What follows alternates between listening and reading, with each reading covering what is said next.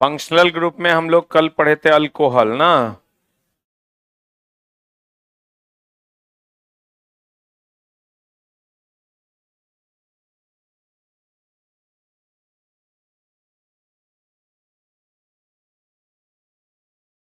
Methyl alcohol को would alcohol भी कहते हैं, वुड स्प्रिट भी कहते हैं, वुड नेफ्था भी नेफ्था या नेफ्या भी कहते हैं। जैन रे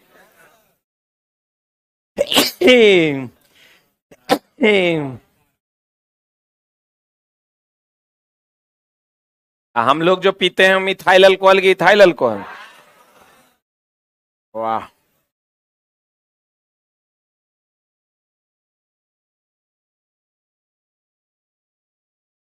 C2H5OH इथानॉल या इथाइल अल्कोहल, ये अल्कोहलिक पेय पदार्थ है। अब आते हैं कार्बोक्सिलिक एसिड पर। ठीक ना चला, एसिड पर आते हैं। अरे बोलो तुम क्या लोग है रंजा। इसका फॉर्मूला होता है CnH2n +1 OH के जगह पर यहां COOH जोड़ दें। OH के जगह पर क्या जोड़ना है? COH। N का मान 1 रखिए। C अद्वैकन द्वैक 3 CH3COH हो जाएगा। बोलन रे, N का मान 0 रखो, E खत्म हो जाएगा। 2 0, 2 गुना 0 0 ना, +1 1। अरे बोलो ना रे, HCOOH हो जाएगा। अरे देखो ना, N का मान 0 रखिएगा दोस्त मेरे, तो E खत्म ना।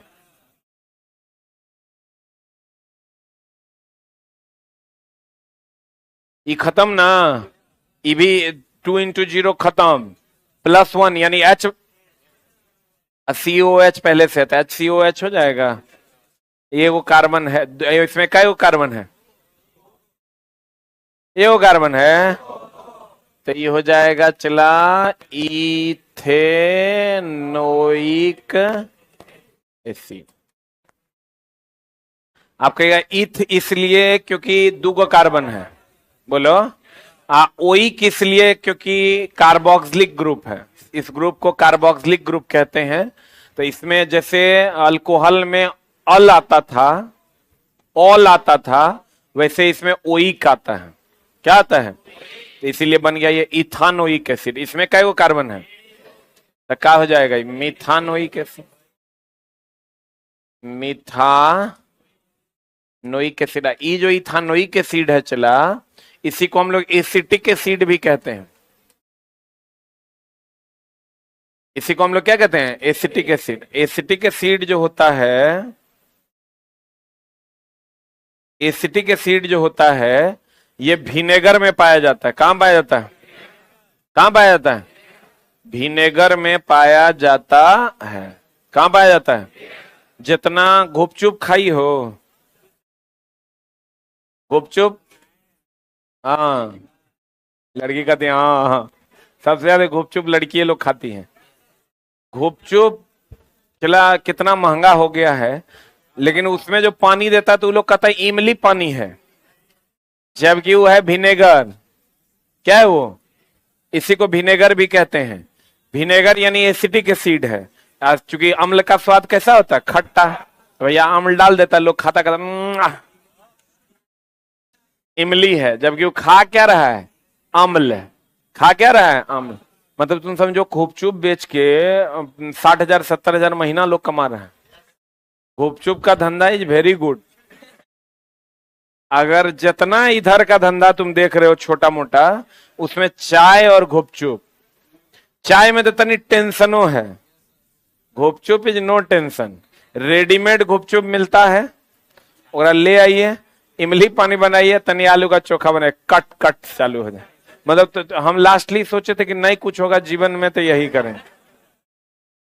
अच्छा तुम चला आज गुपचुप का धंधा शुरू करो, किसी वैसे जगह पर लगाओ जहां यूथ का, खास करके गर्ल्स का आना जाना हो। ठीक ना, जैसे वुमेन्स कॉलेज, भिकना पहाड़ी, बोरिंग रोड, कहीं अस्थिर से लगा के तनी सजा धजा के खड़ा हो जाओ। इस अगले महीने से तुम 60 से 70 हजार अपना तनी हमरा बस चले चला 1.5 से 2 लाख रुपया हम खड़ा हो जाएंगे, 2 लाख रुपया महीना कमाएंगे। अरे उसमें कुछ नहीं करना है, क्या करना है, एगो ग्लव्स पहन लेना है, ठीक है, थोड़ा स्टाइलिस्ट बनने के लिए एगो सेब वाला कैप लगा लेना है, तनी व्हाइट कलर का कपड़ा पहन लेना है, या कोनो खास कलर का कपड़ा पहनना, बढ़िया वाला जूता पहन लेना, बाकी गुपचुप में जे सान के देना है देते रहो, कोई दिक्कत। तुम विश्वास करो 2 लाख रुपया महीना कहीं तोरा जगह पे हम रहते पढ़ना छोड़ के हम गुपचुप के दुकान खोलते। लेकिन चला समस्या ये है कि पैसा सब कुछ नहीं है, इज्जतो प्रतिष्ठा कोनो चीज है जाएगा कोई। गुपचुप वाला कौन इज्जत है, उससे बढ़िया चला कि तुम गुरुबडी में जॉब कर लो। कहते हैं चला ये इथानोइक एसिड है, विनेगर है, और जहां जहां भी खट्टेपन की जरूरत होती है ना वहां हम लोग इसका उपयोग करते हैं, क्योंकि अम्ल का स्वाद कैसा होता है, खट्टा। कहते हैं फंक्शनल ग्रुप COOH, COOH एक फॉर्मूला होता है CnH2n+1 COOH, या इसको तो हम R कहिए सकते हैं, RCOOH। n बराबर 0 होगा, n बराबर 0 होगा, C0HCOH हो जाएगा। इसको हम कहते हैं मिथानोइक एसिड। कौन एसिड, ये वो कार्बन है तो मीथ न हो, मिथानोइक एसिड, या इसी को कहते हैं फॉर्मिक एसिड। ये कहां पाया जाता है, लाल चींटी के डंक में, लाल चींटी के डंक में कौन एसिड, फॉर्मिक एसिड। कौन एसिड, और लाल चींटी या मधुमक्खी या बिरहनी इस सब के डंक में यही पाया जाता था। अगर ये काट लेना चला, अम्ल को खत्म करना है तो क्षार लगाना पड़ेगा, क्षार लगाना पड़ेगा तो देखना कुछ लोग लोहा रगड़ देते हैं, तो लोहा में आयरन होता है, आयरन जब मॉइस्चर से रिएक्ट करेगा तो FeOH2 बना देगा जो क्षार है। यानी तो प्याज में, सोडा में ये सब क्षारीय होता है, जितना साबुन है सब क्या है, क्षारीय है। तो जैसे ही तुमको बिरहनी उरनी काटे तो एसिड, फॉर्मिक एसिड डाल देता है, क्षार डालोगे तो लवण बन जाएगा, लवण बन जाएगा तो दर्द क्या होगा, कम हो। बोलो न रे, कभी मधुमक्खी काटा है, आए तो कितने लोगों को काटा है, इस साला बहुत कमीना चीज है मधुमक्खी, बाप रे बाप। गला हमको लगता है 8th या 9th में थे, हमको बहुत तेज बुखार लगा हुआ था। हम चला ना बुखार लगा हुआ तो उस टाइम बाथरूम नहीं हुआ करता था, लोग मैदान में जाया करते थे लेटरिंग, तो हम भी चले गए। अब बुखार लगल था, बात जो है, बात जान रहा है ना, बात जो है झपट्टा मार के मधु खा के अब भाग रहा था। वो कर पीछा कर रही थी मधुमक्खियां कि बाज कहीं पकड़ने दे, उन्हें पकड़ा, हम ही पकड़ा गए। भागे हम फिर घर की ओर, घर की ओर भागे चला, सब भाग गया। हमरे में पूरा ऊपर से नीचे तक मधुमक्खी लटका हुआ था, और सब जो है दूर से तमाशा देख रहा था, सब हे। कोई लेकिन नजदीक आने का, उस दिन चला हम मरले थे, तो संजोग से माँ होती है, माँ को कोई बोला कि उसको मधुमक्खी ऐसे ऐसे काट रहा, वो काटता है तो 2000-4000 एक के बार में काटता है। तब मम्मी उधर से कंबल लेके आई और खूब चिल्लाते हुए आई, और हमारे में कंबल लपेट ली, उसी में अपनो रही, और सब एक एक करके हटा के फेंक दिया। तब हमरा ले गई, फिर हम लोग असला, हम जिस रूम में फिर बैठे वो रूम के चारों तरफ वो घुरिया रहा था, हम अगर क्या बिगाड़े थे भाई।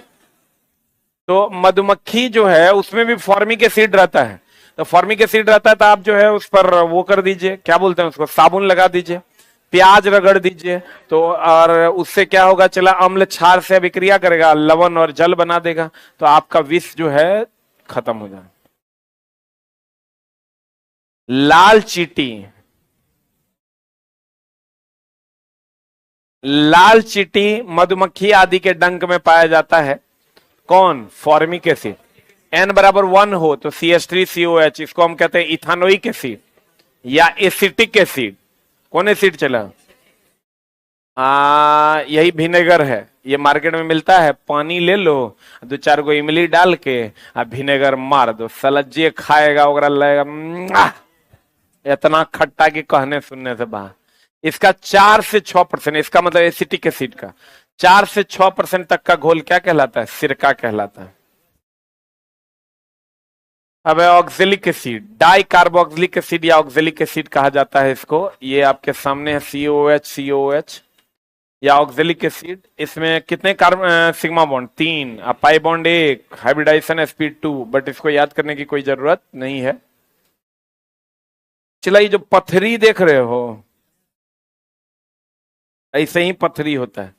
ये जो छन्नी है ना, इस छन्नी में रक्त तुम्हारा जा ही नहीं पाएगा, या यूरिया जो मूत्र से निकलेगा वो जा ही नहीं पाएगा।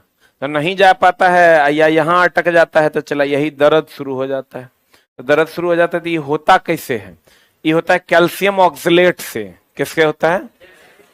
आप कहेगा ये कैल्शियम ऑक्सलेट का क्या मामला है गुरुजी? तो ये जो कैल्शियम ऑक्सलेट है चला, इसी से वो होता है, क्या होता है? पथरी, स्टोन होता है। तो ये स्टोन तुमको तब होगा जब तुम अम्लीय खाना खाते हो। कौन खाता?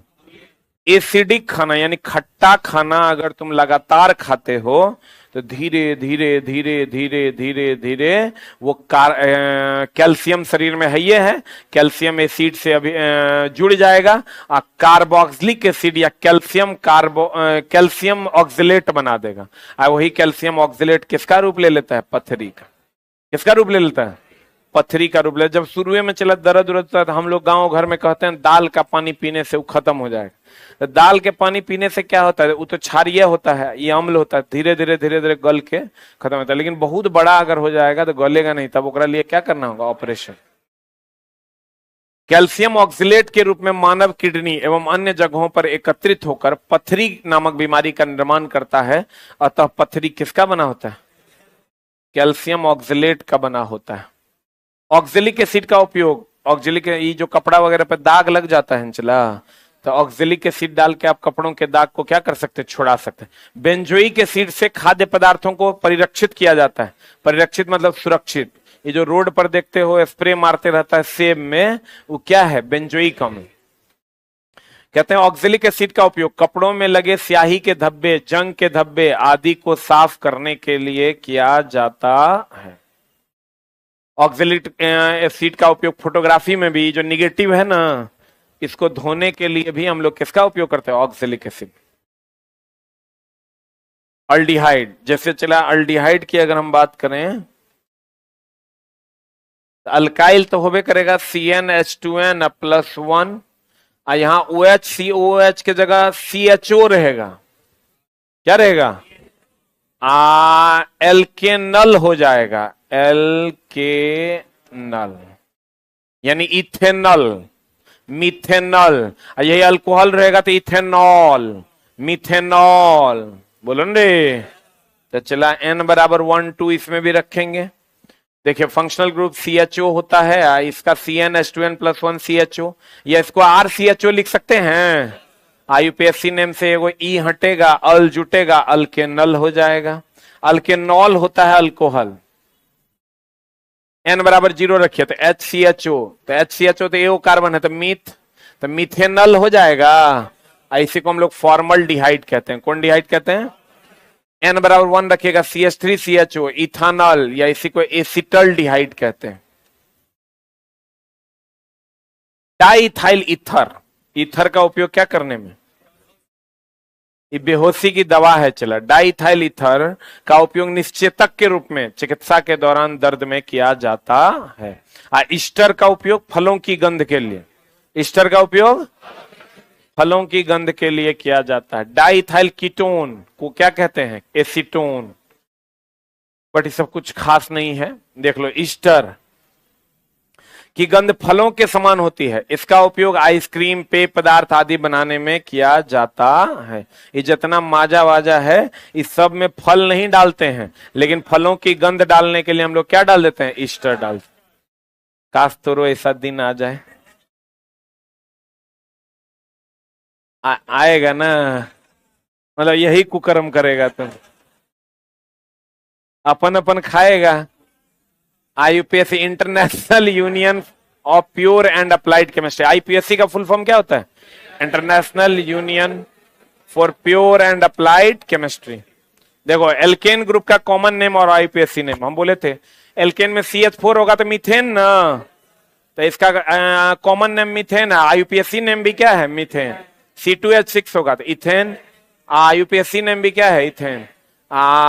कॉमन नेम C3H8 का प्रोपेन, आईयूपीएससी नेम भी क्या? प्रोपेन। एल्केन ग्रुप का कॉमन नेम और आईयूपीएससी नेम अलग अलग होता है। एल्केन का समान होता है। एल्केन का तुम देखो, जो कॉमन नेम है मीथेन तो आईयूपीएससी नेम भी मीथेन, कॉमन नेम है इथेन तो आईयूपीएससी नेम भी इथेन, और कॉमन नेम है प्रोपेन तो आईयूपीएससी नेम भी क्या है? प्रोपेन। एल्कीन ग्रुप का कॉमन नेम और आईयूपीएससी नेम अलग अलग होता है। जैसे C2H4, C2H4 चला हो जाएगा तो इसको हम कहते हैं इथिन ना, लेकिन इसका कॉमन नेम इथिलीन है। C3H6 प्रोपीन, इसका कॉमन नेम क्या है? प्रोपिलीन। इब्यूटीन, इब्यूटिलीन, बट इसका कोई काम नहीं है। एल्काइल ग्रुप का भी कॉमन नेम और आईयूपीएससी नेम अलग अलग होता है। जैसे C2H2, C2H2 इथाइन ना, इसका कॉमन नेम क्या है? एसिटिलीन। ये हो जाएगा प्रोपाइन, ये हो जाएगा methyl acetylene, ethyl acetylene. But रट्टा नहीं मारने लग जाना, तो एक को पूछेगा पहला वाला कौन वाला? C2H2 को क्या कहते हैं? इथाइन या इथिलीन, और उधर पूछेगा C2H4।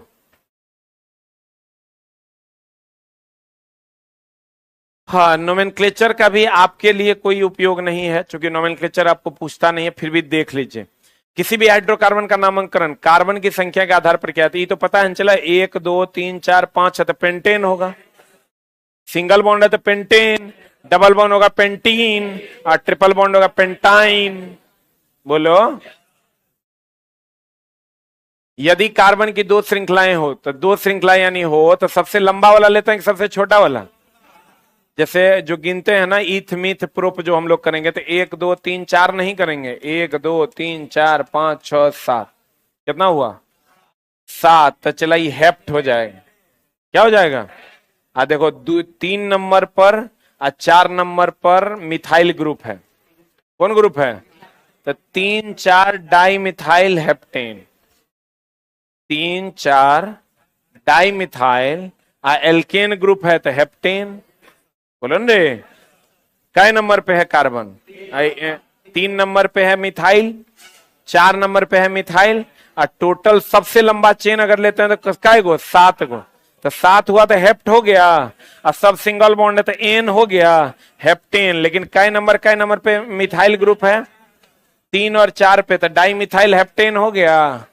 बट ये आपके यूज का नहीं है, फिर भी देख लीजिए। यदि किसी हाइड्रोकार्बन पर कोई अल्काइल या हेलाइड ग्रुप जुड़ा हो, हेलाइड बोले तो फ्लोरीन, क्लोरीन, ब्रोमीन, आयोडीन, एस्टेटिन, तो नामकरण उसी ओर से किया जाता है जिस ओर से वह ग्रुप होता है। जैसे इस ओर में अल्काइल हेलाइड ग्रुप है ना, तो इधरे से करेंगे, इधर से नहीं करेंगे। तो इधर से कई नंबर पे पड़ेगा? 1 2 3, तो 3 क्लोरो हो गया, और 9 गो है तो नोनेन हो गया। 1 2 3 4 5 6 7 8 9, तो नोनेन नहीं हो गया? 9 होता तो नोनेन होता। यदि किसी हाइड्रोकार्बन पर एक से अधिक अल्काइल ग्रुप हो तो नामकरण अल्फाबेटिकली ऑर्डर में होता है। जिधर से अल्फाबेटिकली कम आएगा, फर्स्ट आएगा, उसी से करेंगे। हाँ, आइसोमेरिज्म, समावयवता।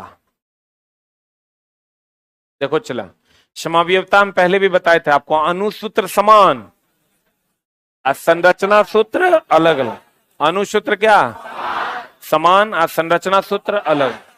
उसके आधार पर नाम बदल जाता है। जैसे एक का नॉर्मल ब्यूटेन, एक का आइसोब्यूटेन। कहता वैसा यौगिक जिसमें अवयव समान हो, यानी अणुसूत्र समान हो, परंतु संरचना और गुण क्या हो? अलग अलग, उसे समावयवी कहते हैं। और इस परिघटना को क्या कहते हैं? समावयवता।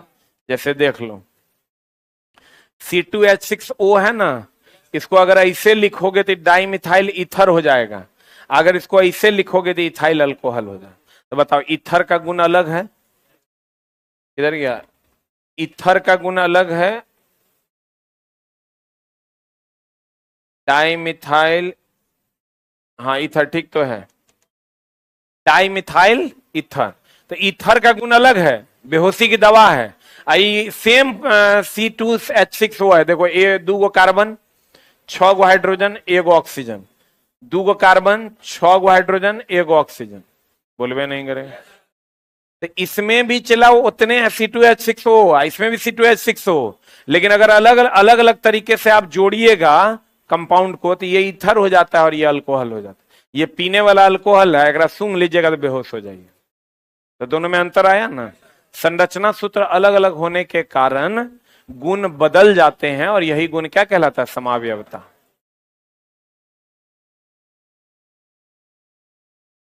जैसे आप पेंटेन का ले लीजिए, तो इस सीधा है तो नॉर्मल पेंटेन, अगर एगो ब्रांच आ गया था आइसोपेंटेन, बताएं हम पीछे,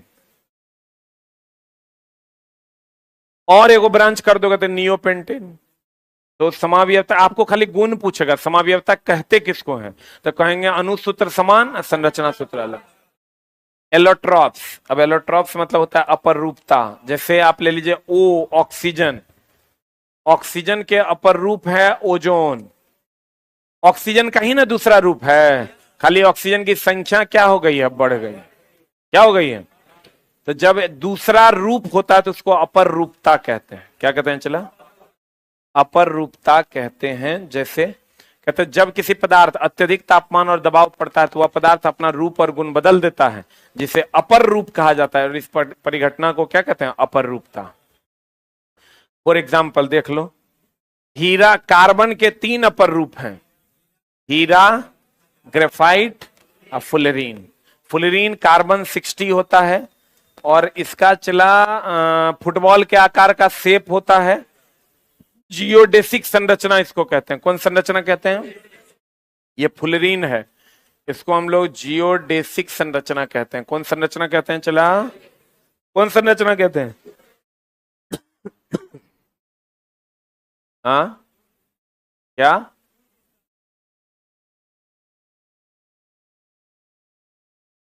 इसका यूज किया जाता है स्नेहक के रूप में, बहुत महंगे स्नेहक के रूप में हम लोग इसका उपयोग करते हैं। कार्बन के कितने अपर रूप हैं, हीरा, पेंसिल में क्या पाया जाता है, ग्रेफाइट, फुलरीन। फुलरीन का क्वेश्चन आपको पूछेगा इसका आकार कैसा होता है, फुटबॉल के आकार का। कैसी संरचना होती है, जियोडेसिक संरचना होती है। इसका फॉर्मूला होता है कार्बन 60। क्या होता है फॉर्मूला। अब हीरा की अगर बात करोगे तो हीरा विद्युत का कुचालक है, जबकि ग्रेफाइट की बात करोगे तो ग्रेफाइट चला क्या है, सुचालक। आप पढ़े होंगे जितना भी अधातु है सब कुचालक है, लेकिन एकमात्र अधातु है ग्रेफाइट जो क्या है, सुचालक। अब अगर हम हीरा की बात करें चला तो इसकी संरचना होती है चतुष्फलकीय, चतुष्फलकीय, और इसकी संरचना होती है षटफलकीय।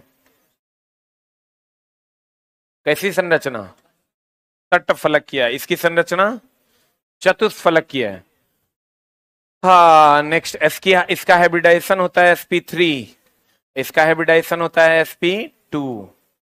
ये सबसे अधिक कठोर होता है, जितना भी तत्व या यौगिक आप जानते हैं सबसे अधिक कठोर कौन है, हीरा।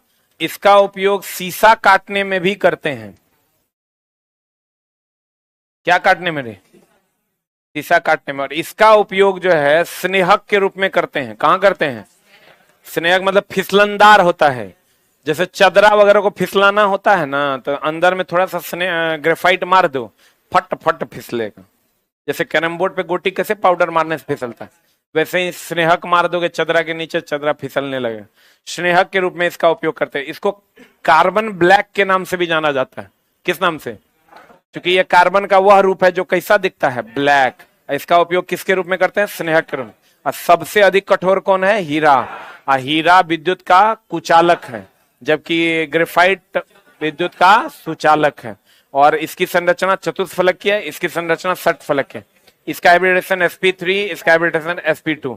सबसे अधिक कठोर हीरा, इसका उपयोग किसमें, स्नेहक के रूप में। शीशा काटने के लिए किसका उपयोग करते हैं? हीरा। किसका उपयोग करते हैं?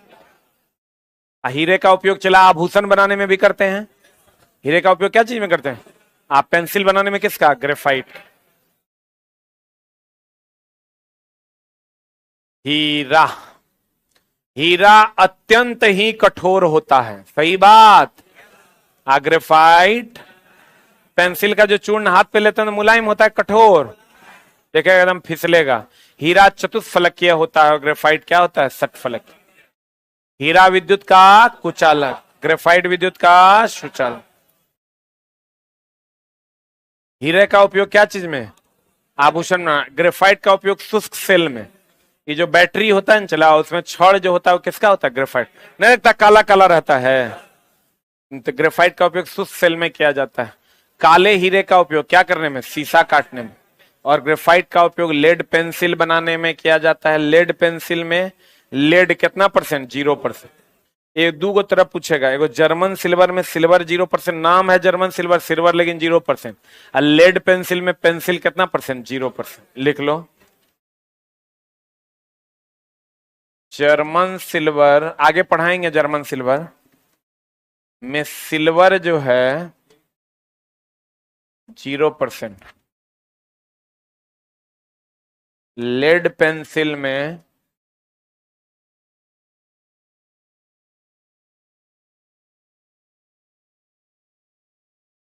Pencil 0%, sorry lead 0%।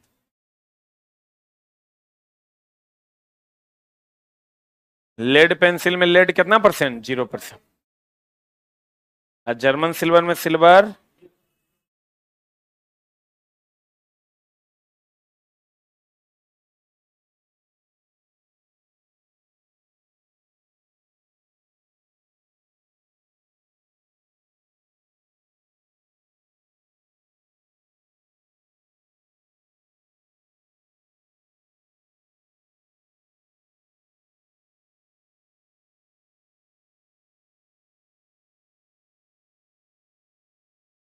हाँ बाबा।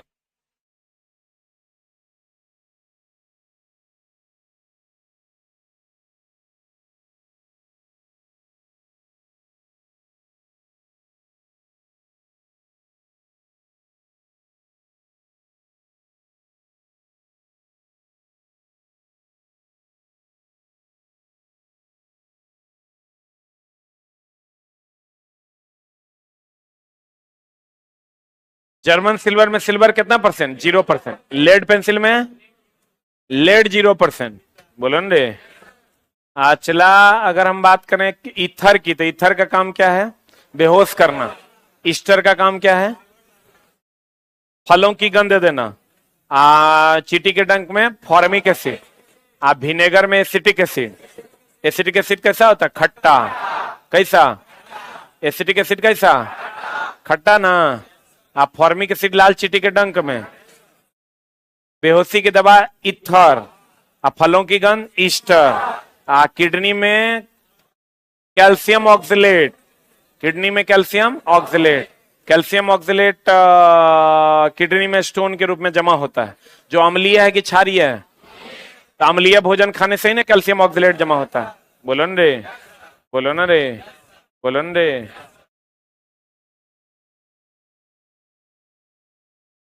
कोई हिलेगा नहीं अपनी जगह से। और चला, तुम्हारा टेस्ट जो है इस चैप्टर का, इससे पिछले चैप्टर का, फ्यूल का, तीनों चैप्टर मिला के कभी भी हो सकता है। तो यार रहना, 50 क्वेश्चन का टेस्ट होगा।